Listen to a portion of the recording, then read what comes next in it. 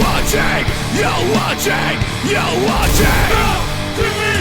You're watching, you're watching, you're watching. You're watching, you're watching, you're watching. You're watching.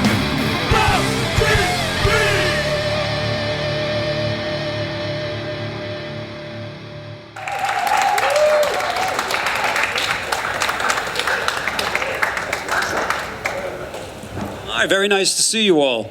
Thank you. Happy to take any questions. Hello there, Steve. How are you doing? Very good. This is Eamon from Eon Music in Ireland here, if you don't mind I'm filming this. My first question to you today is, the world was obviously impressed with Teeth of the Hydra. It was a superb piece of work. The video was jaw-dropping. Clearly you haven't played it live yet, and I'm not going to berate you for that because it looks like a very difficult piece to play. Were you tempted to try it live, or even to have the band perform the pieces? Or maybe you didn't want to bring that beautiful Hydra guitar out online? Well, I was absolutely determined to bring it out. That was part of the plan. But what happened was, about a year and a half ago, I had to get my shoulder fixed. And it takes like a year to heal. And halfway through it, I had another tear, and I had to get it fixed again. But before that, I wanted to complete the Teeth of the Hydra, the song and the video. So the song took about 6 weeks to carve out, you know. And then I knew I had to make a video because that's where all the enjoyment in watching it, you know, seeing it. So it was difficult because it's a very heavy instrument. And I use a strap that goes around my waist, so all the weight is on your legs, and it doesn't move like a guitar, you know. It doesn't go this way or this way, and if you move, the Hydra thinks you want to go all the way over there, you know. So I struggled through getting the video complete, and 3 days after I shot the video, I had the shoulder surgery, and that was 3.5 months ago, and I couldn't play the Hydra for this European tour because it takes like a year to heal. But I was absolutely determined to take it because I could play it, you know, absolutely. That was my next question. Oh yeah, I mean, there it is, you saw it, you know, and of course I'm disappointed I couldn't bring it, but I can't play it right now. But I'm expecting that in the fall, I should be ready to go. And I'll probably be doing another swing through Europe in 23, and I hope to have it then too. Thanks. Sure would have been great at this festival, huh? Yeah. Hello, Steve. My name is Neil. I'm from London, from Total Rock. Great to be catching up with you here. Following on from that question, the music you play can be very intricate, leaving aside the Hydra. You play in different conditions. Some countries are extremely cold. It's very warm here in Hellfest. Are there any parts that sometimes you just struggle with live because it's either freezing cold or the fretboard is sweaty? Absolutely. That's why I have a fan. I tell everybody that I have the fan because it blows your hair back and makes you look cool, because that's what they think anyway. But no, it's to keep your hands dry. Like last night we played in Lille, and it was really hot, and it definitely affected a couple of things. But you know, I've played in the snow, and it's a challenge, you know. But after 42 years of touring, you just do it. If it's a battlefield condition, then you're a soldier, you know.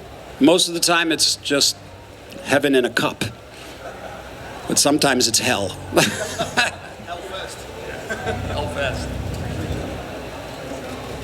Hi, this is Liz from Twin Music. This is our signature question. If you could have any band perform one of your songs, which band would it be? Which song would it be? And would it be in your style or their style?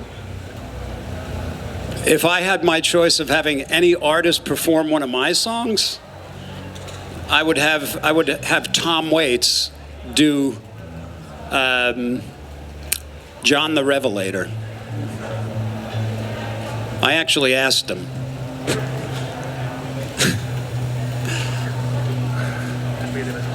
He gave me a very interesting answer. He said everybody has their own take on what, because it's not a song that I wrote, but I did an arrangement that was unique. And he liked it, but he said everybody that does this song has a particular approach, and he was thinking of doing it himself at one point, and my approach was very different than his. And he actually did. A couple of years after I released John the Revelator, he did a version that's very Tom Waits, so it was totally understandable. But boy, I'd give anything to hear him sing it on my version. Hi, Steve. Hi. I'm DJ for BGP Music Live. I want to. How did you feel the spirit of the new album and the conception of the new album? The spirit of the new album, the conception. Can you tell? But yeah, the spirit of my new record. Well, you know, as when you're young and you find something that you're really interested in, and for me it was the guitar when I was 11, 12, and I just never lost my interest. I focused on it my whole life. So if you do that, you're going to evolve what you're doing. It's just gonna continue. You're gonna go deeper and deeper, as long as you have the interest. And that's always been my interest. And that's why I get something like the Hydra at age 62, you know? So the spirit of In Violet is sort of like a culmination of this artist at this point in his career. So the spirit is uplifting. I try, even if I'm doing heavy music, I want it to have an energy in it that the people that resonate with what I do, because it's not everybody, obviously, the ones that do, they get it. You know, they get that energy. So the spirit is always one of finding the inspiration in a melody by becoming present with it. And this always feels good. It always feels like when you're creating, there's something in it that's you, uniquely you.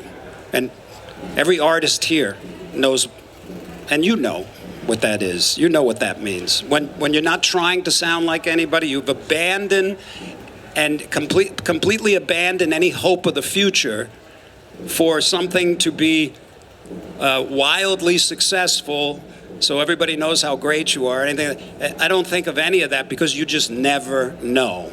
And you second guess your own inspiration when you try to follow a trend, you know? So the spirit of In Violet is my spirit, my musical spirit. And I like my musical spirit to be entertaining for those that like it, fascinating, if I can do that, engaging, because that's what we do as entertainers, but uplifting. Just everybody needs a break sometime, and that's what I hope my music can bring them. Hi, Steve. I'm Valentin from... I'm sorry, can you speak without the mask? Is that possible? Will you get arrested or anything? Of course, no problem. Yeah. Well, I'm Valentin from Vector Magazine. As a guitar player, do you still get inspired by stuff you hear? Like, you hear something and you're like, oh, I have to learn that. Do you still get it? And if so, which was the last time? Well, I'm constantly inspired by... I love the guitar, so I love watching people play it. And it doesn't even matter how good they are. I can go to a wedding, and you'll just see me standing there watching the guitar player. I just love it. And so you can't escape being influenced by anything that you see. It makes its way in there somehow. But remember, I was at the top of my game, basically, back in the 80s and 90s. So I've been able to see these new generations of guitar players that have evolved the instrument, the performance of the instrument, to levels that I couldn't see when I was younger. It's just fascinating shit, you know? And I get it, I look at it, and the way it inspires me is not to try to play like that. That was never kind of in my wheelhouse. That's why I'm not a good blues player, really, or a great jazz or fusion or anything like that, you know. I'm not even an authentic rock player in a sense. I'm just the quirky guy, you know. So I can see the innovation, and that's inspiring for me to continue my own innovation, you know, because I can't play what those guys are playing. So I hope that answers it. Hello, sir. Kamal Farahani from Metal Talk London. I wanted to ask, because the reception of your latest album, Inviolate, and even so overwhelmingly warm and positive from, you know, the fans, the crowd, everybody, how does it feel for someone who's been creating music for so long and weathered so many fads and trends, for that kind of music to come back into, not fashion, but come back into such popular appeal and love from everybody? It's all, I can speak on behalf of every artist here and everybody in this room when I say it's always nice to feel appreciated for your contribution. That's the engine of creation, because it inspires you to continue. So I was lucky with Inviolate because I kind of decided to get focused, because a lot of my records from the past, they're very dense sometimes musically, and they got a little quirky stuff in between. I just like that stuff. But with Inviolate, I just wanted to go boom. And I just wanted to deliver unique ideas on the guitar, because we were in lockdown, so I had some time, you know. So you get things like Candle Power, Knapsack, Teeth of the Hydra. So I don't think it's that instrumental music is more trending now. I think it's that I made the right records, the right record that my fans were waiting for, you know, because I challenge them sometimes, you know. But this time I just say, okay, it is the best I can do. I know what you want. Here it is, and they responded. Hello, Steve. Joseph over here from Loud TV. And you've obviously got a big tour coming up into North America, a lot of stops that you're doing. Yep. And so that's obviously going to keep you very busy. However, you are also notoriously prolific. Is this something where even when you're on tour, you're creating stuff? Do you have anything that you're working on currently, collaboration, solo work, whatever, that you do? Yeah, actually, I'm working right now on pulling together a record that I recorded in 1991. I recorded it in 1 week with a singer. His name is Gash, and he had never sang before. And when you hear him, you won't believe it. It was a stream of consciousness, and it's a pure rock record. It's not any. It doesn't have any of that quirky Vice stuff. It's just, it's the kind of music that I wanted to listen to when I was a teenager riding my brother's Harley, because I was totally ensconced in the Harley culture.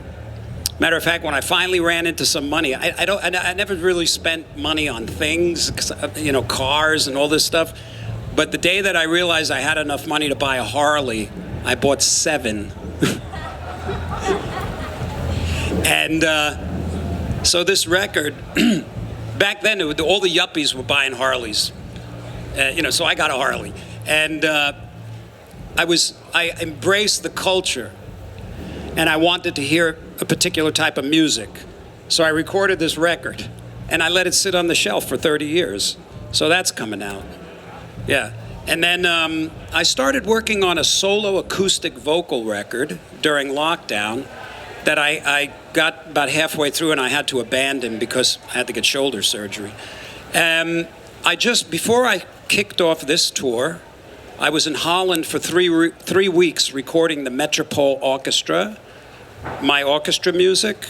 And in August, I go to Finland to record with the Tampere Philharmonic Symphony, big pieces.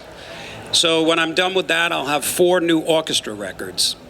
And then I plan to resume working on the record that I stopped working on when everybody woke up and was in lockdown. And for any of the fans that know, it's the 3rd installment of the Real Illusions trilogy. So yeah, I like working. It's fun. First of all, hello, Steve Vai. Hi. Hi. I'm Hasna from Lagos Radio. I had a question which is really deep. I hope you don't mind. First of all, I hope that you will get well soon. My question here is that you talk a lot of different inspiration, but have you ever tried more foreigner inspiration, such as Arabic music or classical, talking such as Kulthum or Abdul Halim? It's more about my origin, but it's really interesting to go through other musical stuff that I never really seen before in metal music. Well, I remember when I was young and I discovered Led Zeppelin. That's all I listened to. That was it. Nothing else was any good to me. Until my friend down the street, John Sergio, introduced me to Queen, Deep Purple, all the great, because I was secluded, you know, and then I realized the treasures of music that exist. So when I was going to Berklee College of Music, that's when it really opened up, because they had a music library. And I went in there and they had everything. This is when I could listen to all the classical stuff, all the Beatles records that I actually never owned, all the Stravinsky. So I highly recommend it. You know, some people, some musicians may create a sort of like a psychological barrier to going and listening to exotic music. But I have to tell you, it can inspire your music tremendously. I made a record called Alive in an Ultra World, and it was a fantastic project because I studied all the music. It's a double record. I studied, the idea was to create a live record with all new music, with each song written for a particular country based on the cultural music of that country. So I can listen to like traditional Japanese music and find the scales and find the keys and then write a song and apply it to my rock band, and it feels Japanese, traditional. So I did that for, I don't know, 20 countries. And we recorded most of the time in that country. But doing that project, I had to study. So I was listening to deep, deep cultural music from all around the world. And it's amazing. Like in Turkey, I wrote a song called Incantation. And I got to listen to all this really intense Turkish music and Bulgarian music. Any metal artist that embraces something like that is going to be inspired to take their music to a different place. They just have to break away from the conditioned belief that they have to fit in. Last question, second row. Thank you. Hi, Steve. My name is Adeline. I'm from the Daddy Rock. And I wanted to ask you, because we were talking about spirit of music, influence, and you say it's been 42 years that you were touring and stuff like that. Do you think you have been influenced by the social media, the development of the internet? You said you have given the right record at the right moment for the fans. So have you been influenced by during the lockdown? Yeah, thank you. It's virtually impossible for any of us to not be influenced by social media. And it's the quality of what you're going to receive is based on your attitude. So when I use social media, of course, you know, texting and stuff like that, but being able to go online and get information is fantastic, you know, and to get inspiration, because what can't you find? You can find everything, you know. So, but what you're going to get out of technology is based on the attitude you have about it. For instance, when digital came along and people started losing money, artists, because digital was, because CDs were dissolving, basically, other things came that were incredibly beneficial. You could be so much more independent. You could put your work up and not have to go through a lot of people to get a permission to do it. You just make it and put it up. And if you got the goods, it's going to rise. The cream always rises. And this is, I think this is a great thing. But there's three different attitudes that I've seen when it comes to addressing social media. One of them is, this sucks. This has destroyed my career. I can't make any money. And that's one attitude. And if that's your attitude, that is what you will find. The second one is, how can this serve me? How can this, because it's here to serve me, and I'm here to serve it. And I'm going to find the benefits on how this can help me. So that's a mindset. And if that's your mindset, you're going to find all that stuff. And then the third mindset is, pertains to people who breathe very thin air, you know? And they look at the internet and they look at technology and they say, what doesn't it do that I want it to do? Because I'm going to make it do it.